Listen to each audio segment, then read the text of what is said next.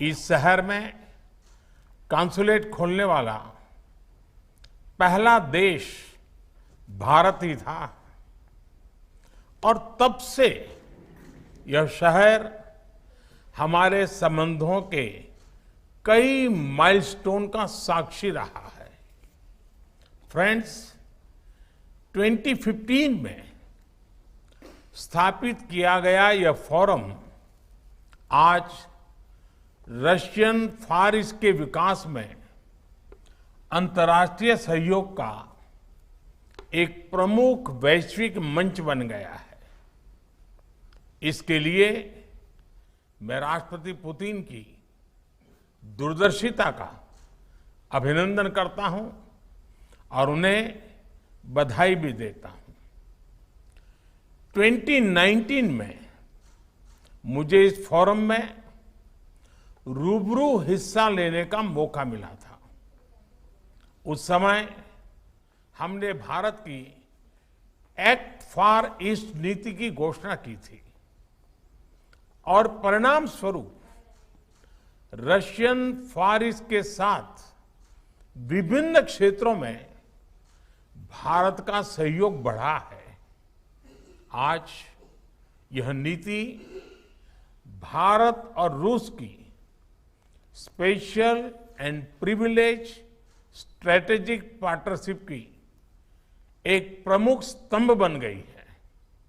Friends, चाहे हम international north south corridor की बात करें, चेन्नई व्लादिवोस्तोक मैरीटाइम कॉरिडोर की या नॉर्दर्न सी रूट की, भविष्य में कनेक्टिविटी हमारे संबंधों के विकास में महत्वपूर्ण भूमिका निभाएगी। भारत आर्कटिक विषयों पर रूस के साथ अपनी भागीदारी को मजबूत करने के लिए इच्छुक है।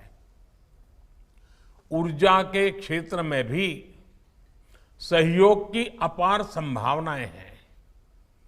ऊर्जा के साथ साथ भारत में फार्मा और डायमंड्स के क्षेत्रों में भी रशियन फार ईस्ट के महत्वपूर्ण निवेश किए हैं।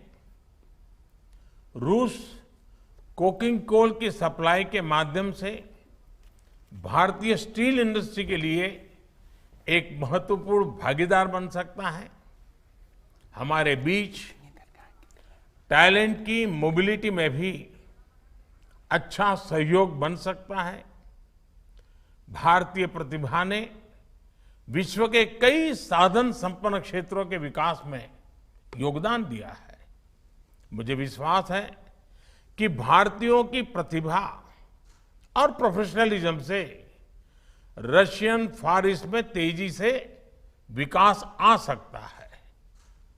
फ्रेंड्स, भारत के प्राचीन सिद्धांत वसुधैव कुटुंबकम ने हमें विश्व को एक परिवार के रूप में देखना सिखाया है।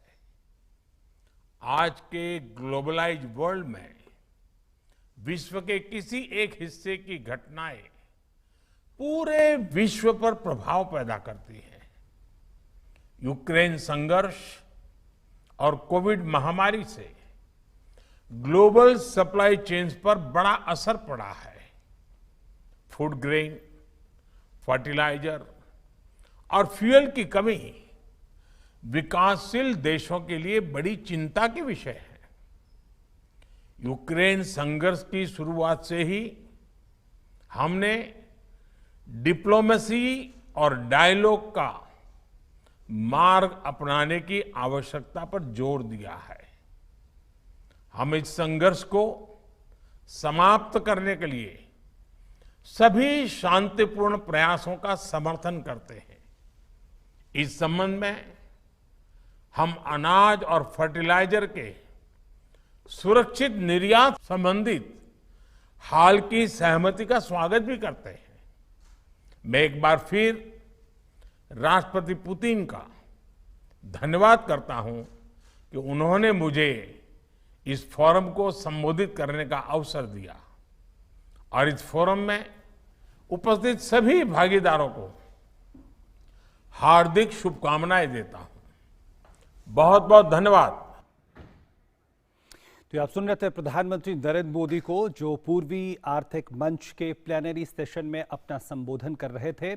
कई प्रमुख बातों की तरफ उन्होंने ध्यान दिलाया।